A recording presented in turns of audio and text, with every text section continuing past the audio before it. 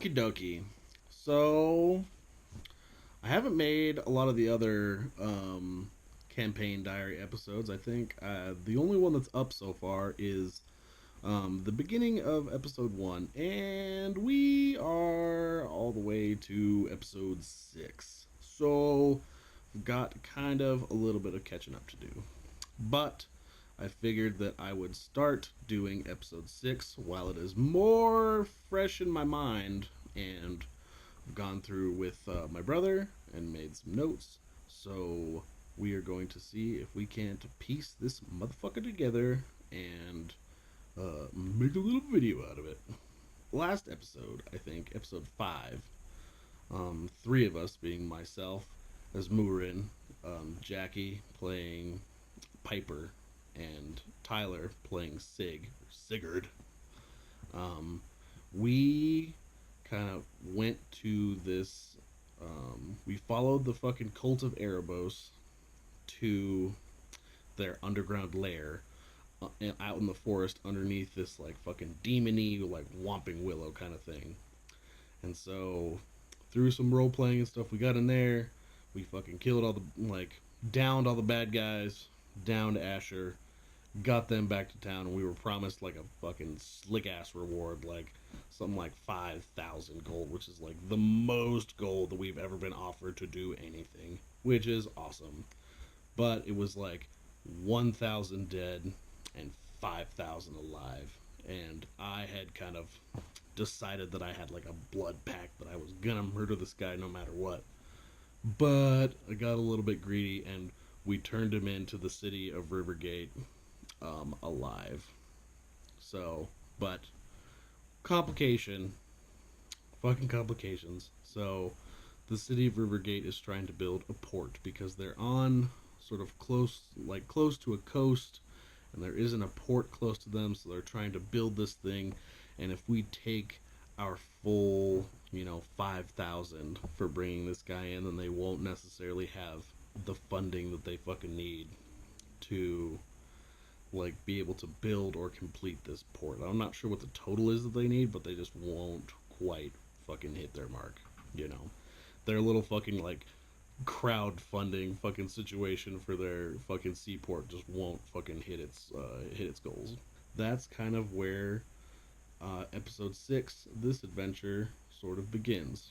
Kind of one of the first things that starts to happen as we all sit down to play is that Tyler's character Sig is this warlock, and in our previous episode battle to capture Asher, his imp got killed in the fray, but he's able to like re-summon this imp, so that's what he's trying to do.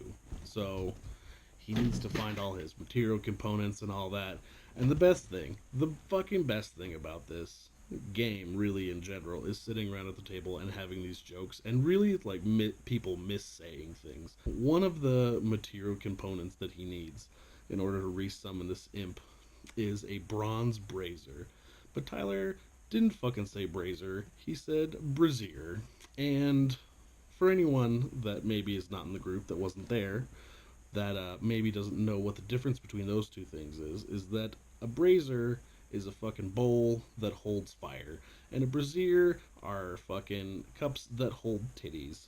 Although I suppose if you had a bronze brazier, you could fucking hold fire in it. Anyway, so Tyler is trying to find his herbs and his charcoal and this fucking brazier. So he actually did something that I had never fucking thought of anybody doing. He puts up his own notice on the notice board, like fantasy Craigslist ad. Instantly, some of the little fucking kids that run around the town kind of like read up on his thing because they're everywhere. They're just running around doing kid stuff, and they know all the fucking goings on in the town, and they know what the fuck's up. I am going to have to insert fucking all of their names here in a second.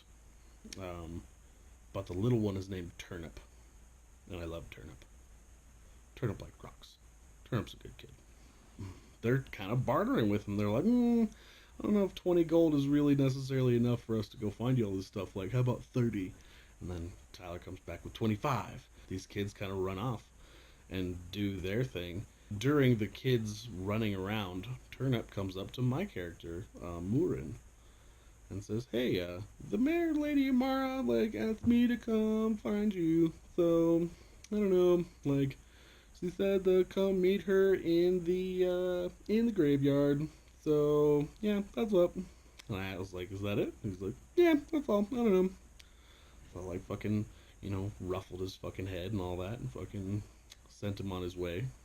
Whenever I get like sucked into kind of a social situation like that and I wasn't ready for it, I'm like, "Ooh, what the fuck?" Like, I get really fucking suspicious. Like, oh, is she just taking me out there so that she could fucking arrest me and fucking question me and all that? But I was like, no, like logically, that's not the fucking case. But I still get like my little fucking spidey senses tingling for no fucking reason.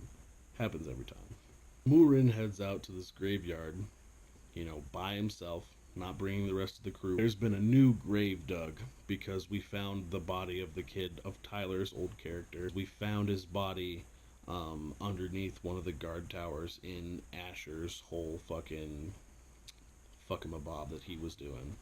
So we found this kid's body and they've reburied this kid, got him a new gravestone, partially because his old grave he had been fucking dug up, and then we redug it up again, and then filled that grave full of fucking goblin bodies, which is like a fucking story for like a different episode. Anyway, so they're reburying this kid, and Lady Amara's like, I feel like I kind of swung the hammer down too strong with this kid, and I don't want the citizens to feel like I am kind of overbearing and overly punish like small crimes. And I did all of this based on the Council of Asher, which has turned out to be just like the most negative fucking outcome for that possible. How do orcs deal with death in orc culture? They leave your body out, to be broken down by the elements. And the longer that your body, survives being out in the elements, the more honorable you are kind of thought of in death. Because they don't want to necessarily like waste natural resources like wood burning a body, since they come from like a pretty poor area of the world. Basically like outdoor fucking mummification. Fucking continue having that conversation with Lady Amara, and she's like, just thanking me personally for, bringing Asher into to justice, and that if anything is like a, good consolation, she has drawn up a set of traveling papers. Since I'm still the only orc that anyone has ever seen, I kind of need like a fucking visa, pretty much. Like, I need like a work visa. And she's kind of fucking provided that to me. My brother gave me this fucking handout, and it's like fucking all done up. Come to find out later, there are two areas for signatures. There's the mayor's signature for Lady Amara, and then there's a bard signature that it didn't have on it. And like in this sort of instance, I guess the bard is thought of kind of like, well, almost like a notary type situation where they like officiate this documentation somehow. So that wasn't filled out, but it really shouldn't be a big deal as far as I know right now. But fucking stay tuned, we'll find out. And the last thing that comes up in my conversation with the mayor is that Rivergate doesn't necessarily have the infrastructure or the facilities, is the word I was looking for, the facilities to hold on to these prisoners indefinitely. So it's almost a new contract, or like an addendum to our original contract, for us to take these prisoners to the larger sort of neighboring city called Gallium, which is, we've been told, is about 3 days ride away. So, and I kind of extemporaneously ask Lady Amara, I tell her that, I have no love for Asher, so like what is her stance on whether or not he fucking makes it there in one piece. I still am like really wanting to murder the fuck out of this guy. She explains to me that she thinks that whether he makes it to Gallium alive and is imprisoned there and tried for his crimes, or if he is lost on the road, that she will have a clear conscience that justice has been served. I tell her that I'm going to have to talk all of this information over with the rest of my group so we can make a decision. And on that note, I come back into Rivergate. And after that solid plot point happens, three riders, enter Rivergate from the south. One of them is obviously decked out in like fucking plate armor and fucking shiny, and he introduces himself as a knight of Gallium. And I will find my fucking notes here real quick. Looking for notes. My notes are so fucking terrible. So fucking terrible. Ah, Sir Edwin. So, Sir Edwin kind of, hails the city, not necessarily to anyone in particular, but just asks, like, we have heard, we have come seeking the bounty for Asher to accept this quest. Villagers and us kind of inform them, like, oh, that's already been taken care of. Like, that's, like, fucking old news, pal. He's like, alright, well, I'm gonna go talk to the people that are actually fucking in charge. Thanks a lot.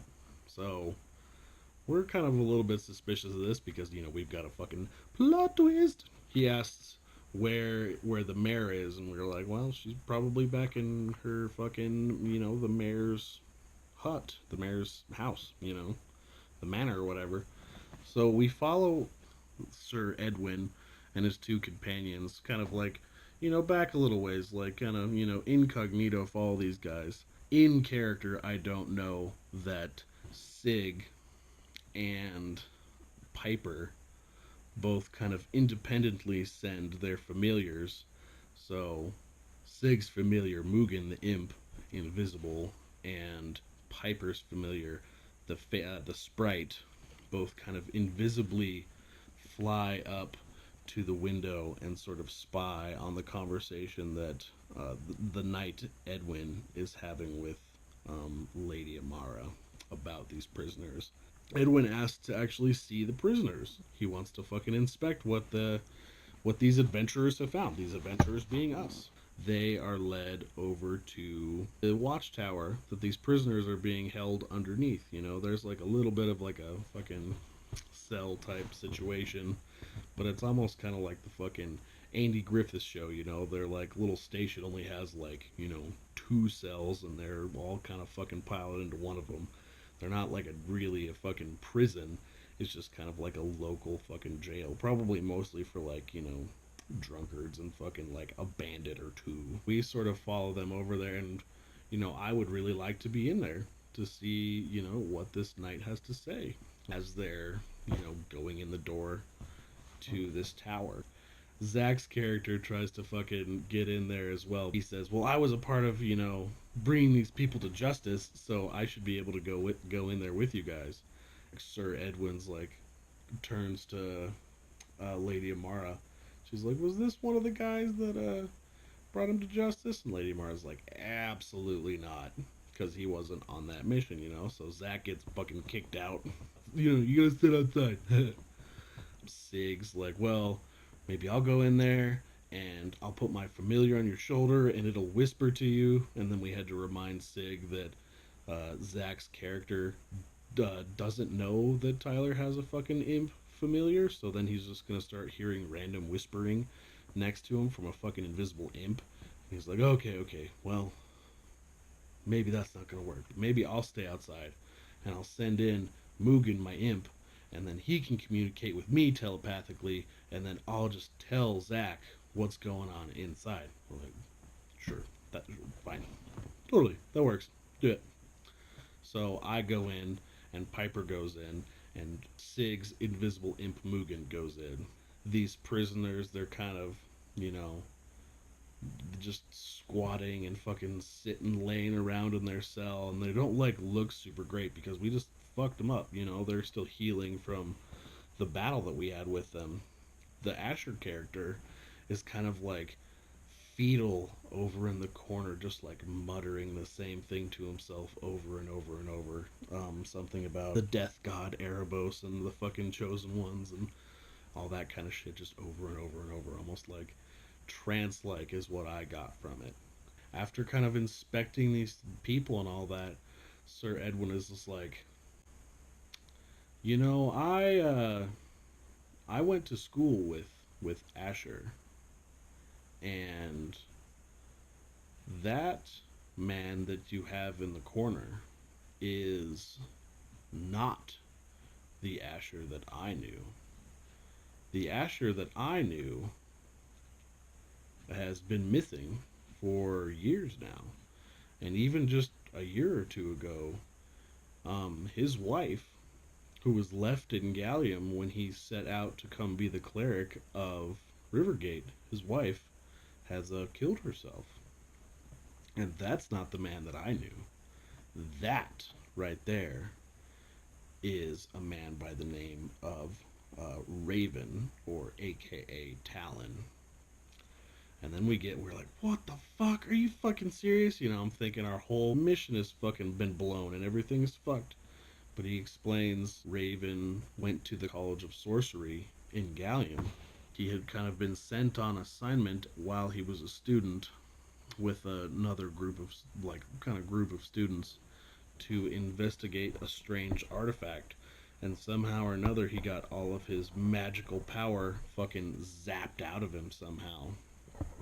He returned either with part of his group or without part of his group. I don't remember exactly how that part worked out, but returned to the college and started sort of switched schools, switched his major basically to artificy, which makes sense based on the battle that we had with him underneath the fucking Whomping Willow tree, or it has a name, and I'll fucking put that name in here somewhere. He was throwing like fucking grenades at us, pretty much, you know, crazy fucking artificer type shit. We're kind of piecing together that the backstory of this Asher guy, you know, it goes something along the lines of that while he was, you know, en route to Rivergate, was, you know, taken or killed or something like that, and then this Raven guy came and impersonated him as a priest for fucking years and years and years. At this point, we understand that, like, our accomplishments and our mission that we have, you know, to still take these prisoners is ostensibly the same. We have just gotten, you know, more juicy backstory about the fucking guy that we caught. So fucking bravo. That shit was fucking good. Huge fan. We're on day 2 of trying to fucking film this shit. Got stuck yesterday after my brother called me and he needed some good pretty birding, so I had to fucking pet him real good. Oh, pretty bird, you did so good. But we're gonna try to pick it up where we left off. Right. So yes. So yeah, after all that business was concluded, Murin, Piper, and Sig's imp Mugen, we all exit the tower and head to the bar because all good conversations with groups have to happen in bars. So we head to the bar and we meet up with Zach's character and Tanner's character, who is Baba Yaga, the barbarian, and sort of this interim character that our friend Riki is playing, who I guess is one of the town guards. Things being as they are, we're a little bit unsure as to whether this town guard is going to be cool with the missions that we have, you know, kind of set up, and where she kind of fits on this moral spectrum. So we're kind of trying to feel that out. And also Zach's character, who I know I mentioned in a previous video, had been doing sort of shisty little side missions. So this was our good chance, now that we're all together as a group, to kind of interrogate him and figure out what the fuck he's been doing. So Piper, as we're sitting down at the bar, you know, we all get our drinks from Buddy, and we're kind of, you know, initially celebrating Maureen getting his papers and being a real boy. We're having drinks, doing that, and then we kind of slink off to like a side table where we're, like, you know, trying not to be heard by the rest of the patrons of the inn and the bar. We're interrogating Zach. Piper kind of pulls out the ledger of all the fucking bad deeds that Asher had kind of kept for all of his little associates. And it's written in a language that none of us can really understand, except for Piper, because she took some shit as a warlock where it means she can just fucking read anything she wants. So, cool, neat. So, Piper kind of confronts Zach's character about some of his little wheelings and dealings being, basically part of this cult. And she points to a thing on the ledger and is just like, hey, what about this? And Zach's character just says, yep, mm hmm.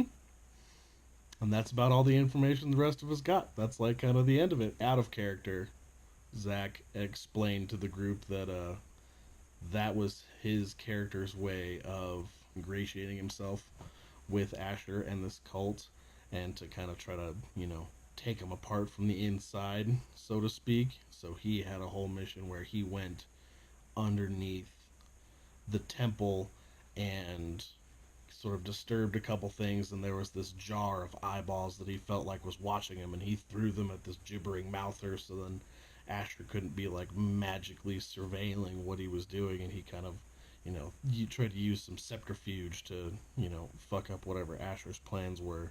I should also mention, before I forget, one of the other kids kind of came up to us and said that Shauna and Alina were looking for us. Sig's character had tried to go to Shauna's herbalist shop and she wasn't there. And we're like, what the fuck? Like, no one's where they're supposed to be today. But we end up making our way over to Alina's like carpenter hut, and this is gonna be in one of the other episodes. But she and Shauna are kind of running sort of like a fucking incognito little sillyweed farm outside of town. And so we kind of knock on the door, and Alina's like just fucking blazed out of her fucking gourd. She answers the door, and she's like, what are you guys doing here?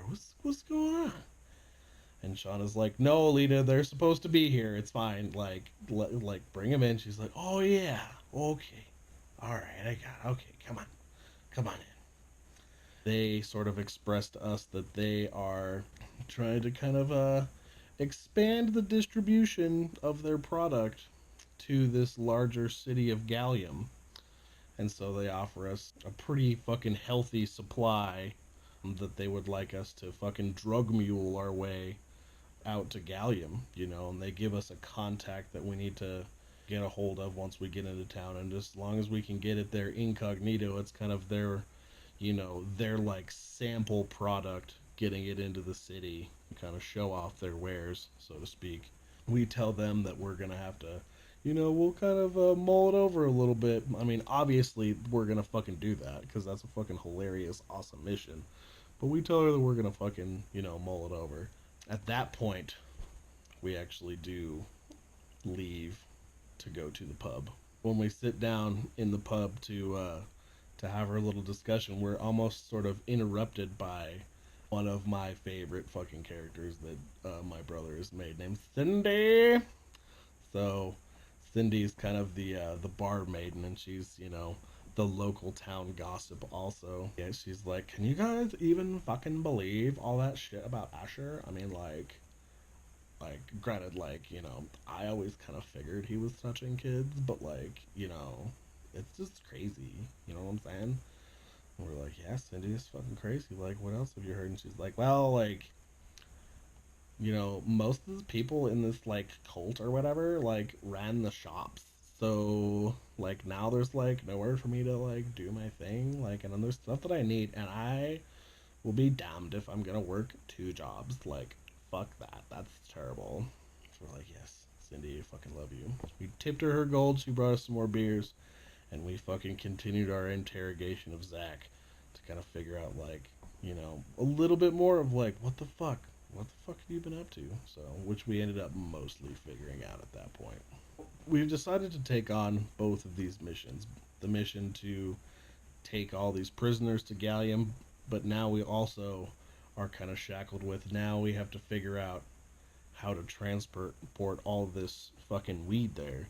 So we got into kind of a fucking long discussion about it, and we kind of decided that we're gonna go back to Alina, since she's the carpenter, and we're gonna get a bunch of barrels, And we're gonna put false bottoms in these barrels and load all the weed underneath the false bottom and then fill the rest of it with fucking produce and fucking stinky fish and fucking whatever kind of shit, to keep this fucking paladin guy from discovering that we're fucking drug mules.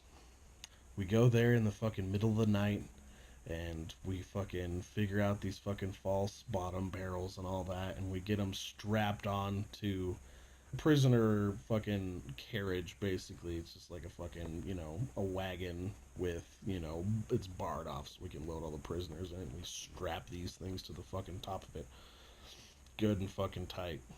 In the morning, we fucking get up and we're all offered horses and stuff, and Murin volunteers to ride on the cart. One of the knight's companions, who's in these like long, like priestly robes, is like, "Hey, like, you mind if I ride shotgun? And how about I'll let you drive and I'll ride shotgun." So everyone else gets their horses and whatnot. Zach's character tries to buy a horse before we know anything about this and fucking rolls his animal handling real bad and gets his fucking hand bit, so he decides not to buy this old fucking shitty ass fucking horse. So everyone gets horses. Piper gets a pony because she's a little tiny tiny. And we fucking start the process of loading the prisoners into the cart. We decide that all the prisoners need to have their heads put in sacks, so they can't necessarily see where they're going. And then we also decide that the Asher character needs to be gagged, so he can't necessarily do any kind of vocal or somatic spell kind of components. And granted, we've known that he maybe lost whatever wizardy power that he did have, but just to make sure. So we're trying to figure out what to gag him with, and Zach says, I'll use one of my socks. Fuck it. Like, that's fine. That'll work. We're like, yeah, it's stinky and nasty. Fuck yeah. Fuck this guy. So Zach rolls kind of bad again on this, and while he's trying to fucking gag Asher, he gets his fucking hand bit for the second time in one fucking morning.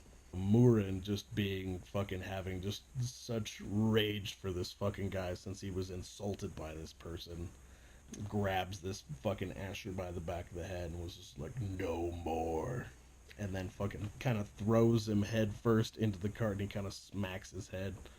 Did a little tiny bit of damage, but not enough to fucking put him down. And then after the rest of the prisoners are loaded up, we set out. Sir Edwin informs us that it's going to be a 3-day journey.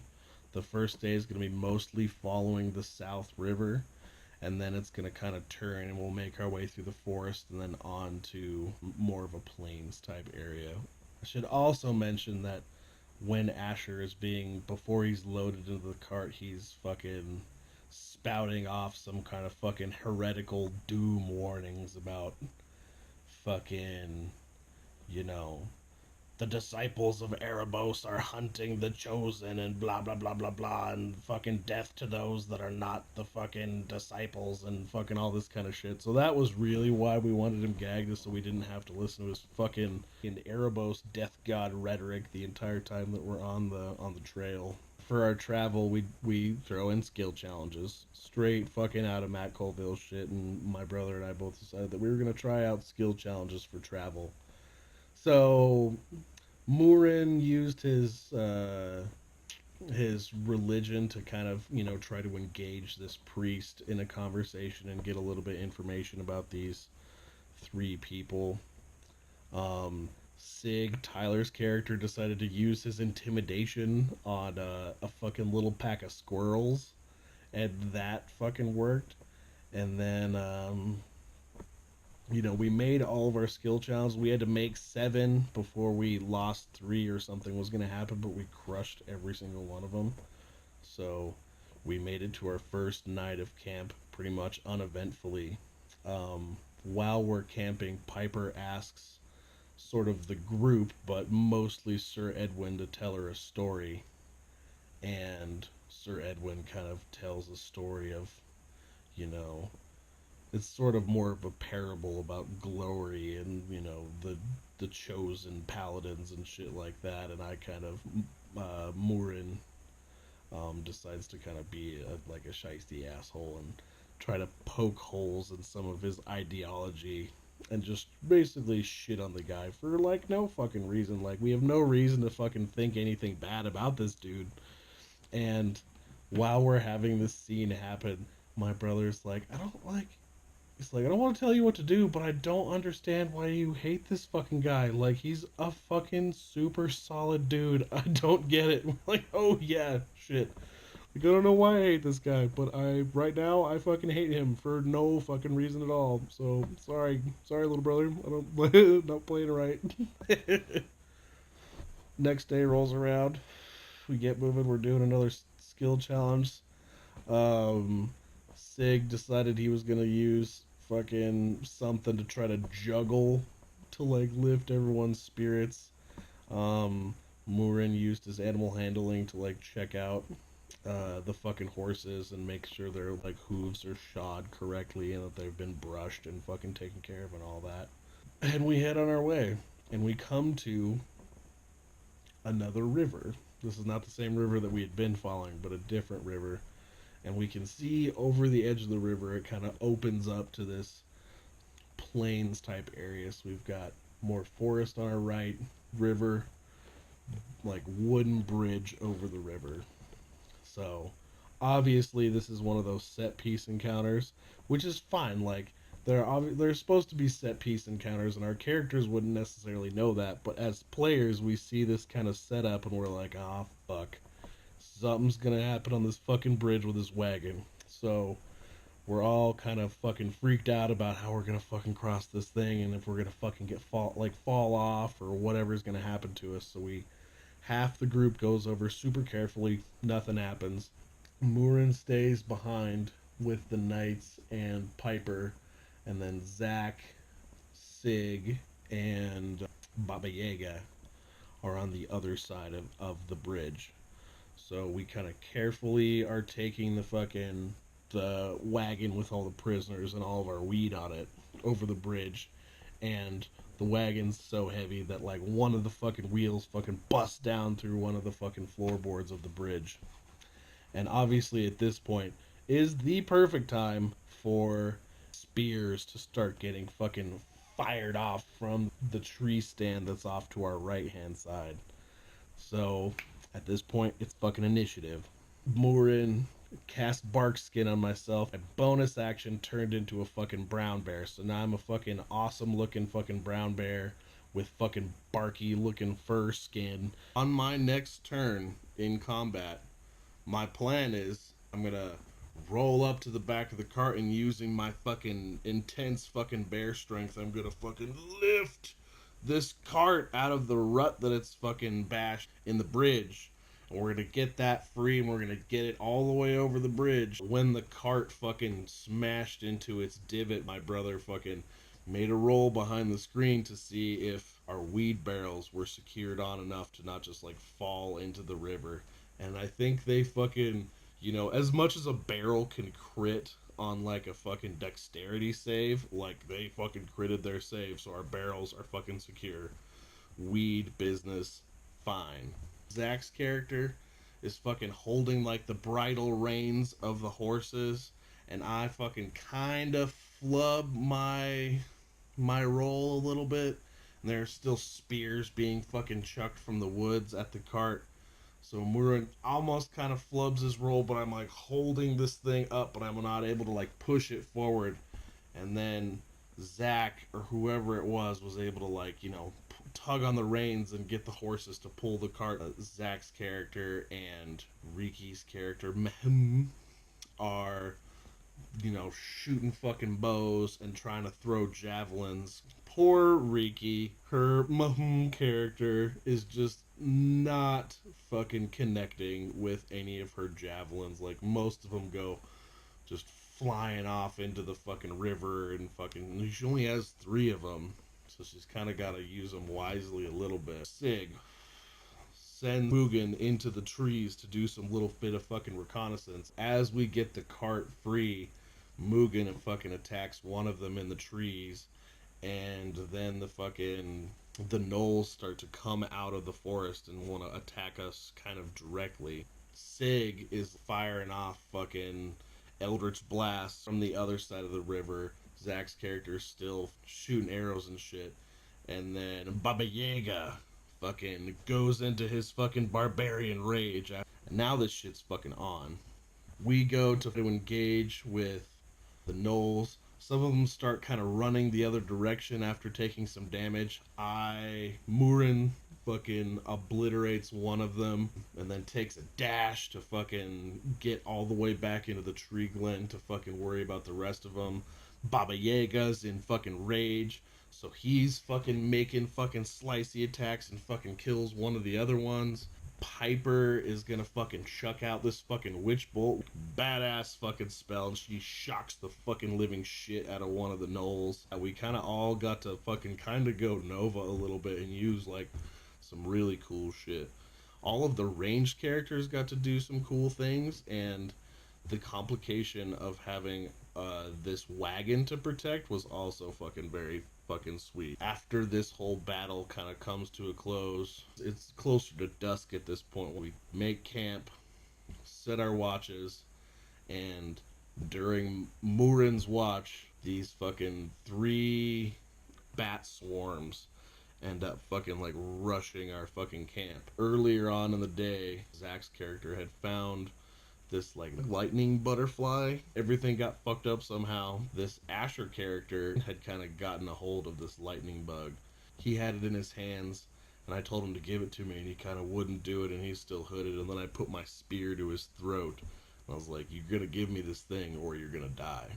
And I've like woken up Piper at us, so I pick up this bug and I fucking run back across to the other side of the bridge to try to like use the lightning bug as bait, because I don't need fucking swarms of bats attacking all of my fucking companions while they're sleeping.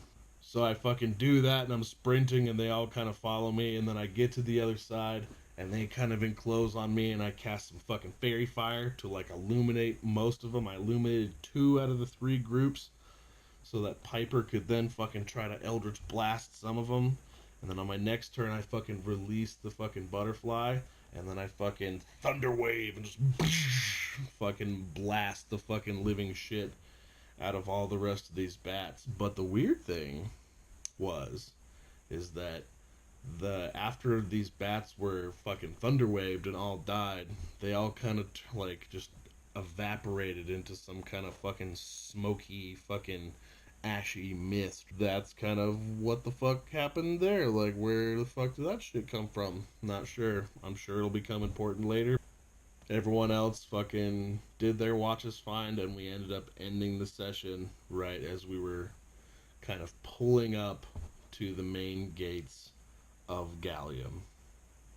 So we got to see a sweet kind of fucking hand-drawn map of what Gallium's gonna look like. We're right, sort of at the precipice, not a precipice, but at the gates, as it were. Who the fuck knows what we're getting ourselves into, but I am confident that it is going to be fucking good and exciting and shisty as always. So, yeah, that's it.